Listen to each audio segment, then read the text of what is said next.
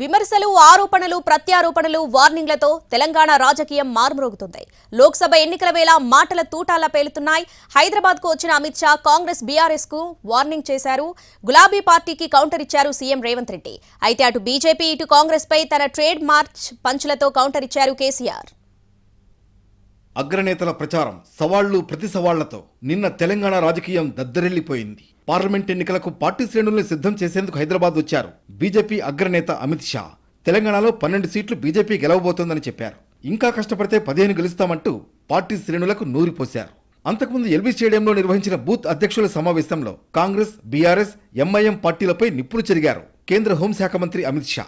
రాహుల్ తర్వాత కాంగ్రెస్ ను నడిపే గాంధీ ఎవరో భగవంతుడికే తెలియాలని, బీఆర్ఎస్ లో కేసీఆర్ బడేమియా అయితే కేటీఆర్ చోటేమియా అంటూ సెటైర్లు వేశారు అమిత్ షా.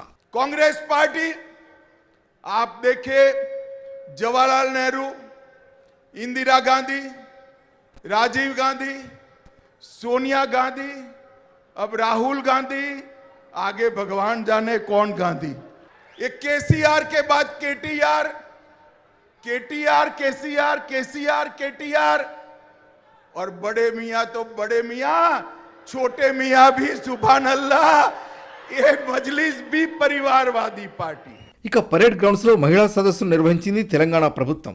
మహిళలకు తమ ప్రభుత్వం అందిస్తున్న సంక్షేమ పథకాలను సీఎం రేవంత్ రెడ్డి వివరించారు. ఇదే సమయంలో బీఆర్ఎస్ పై ఓ రేంజ్ లో ఫైర్ అయ్యారు. కేసీఆర్ 7 లక్షల కోట్ల రూపాయల అప్పు తన నెత్తిన పెట్టి వెళ్లారంటూ కాంగ్రెస్ ప్రభుత్వాన్ని కూలగొట్టాలని చూస్తున్న వారు ఓట్లు అడిగేందుకు వస్తే చీపుర్లు తిరగేయాలన్నారు సీఎం రేవంత్. మీరు గెలిపించిన కాంగ్రెస్ ను ఇవాళ పడగొడతామని చెప్పి ఫామ్ హౌస్లో చిందులేస్తున్నారు. నేను అడుగుతున్న అక్కలారా, చూసుకుంటూ ఊరుకుందామా, లేకపోతే సలాకి ఎర్ర గాల్చి పిర్రల మీద వాతలు పెడతామా? మీరు ఒక్కసారి చెప్పండి.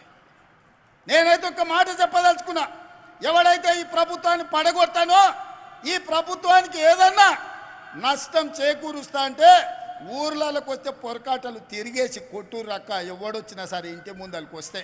అయితే సీఎం రేవంత్ వాడుతున్న భాషను తప్పు పట్టారు మాజీ సీఎం కేసీఆర్. 420 హామీలిచ్చి కాంగ్రెస్ అధికారంలోకి వచ్చిందని, ఇప్పుడు ఆ హామీలు అమలు చేయమంటే చెప్పుతో కొడతామని, పేగులు మెడలో వేసుకుంటామని మంత్రి, ముఖ్యమంత్రి మాట్లాడుతున్నారని విమర్శించారు.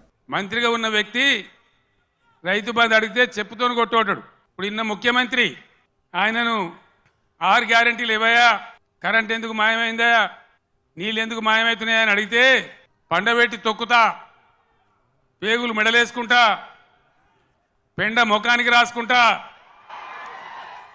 చీరుతా, సంపుతా, మానవ బాంబునైతా, మట్టి బాంబునైతా అని మాట్లాడతాడు. ఒక ముఖ్యమంత్రి మాట్లాడవలసిన భాషనా? మొత్తంగా పార్లమెంట్ ఎన్నికలు సమీపిస్తున్న వేళ 3 పార్టీల అగ్రనేతలు పోటాపోటీ కార్యక్రమాలు, సభలు నిర్వహించారు. మాటకు మాట అంటూ చేసిన విమర్శలు పొలిటికల్ గా హీట్ పెంచాయి.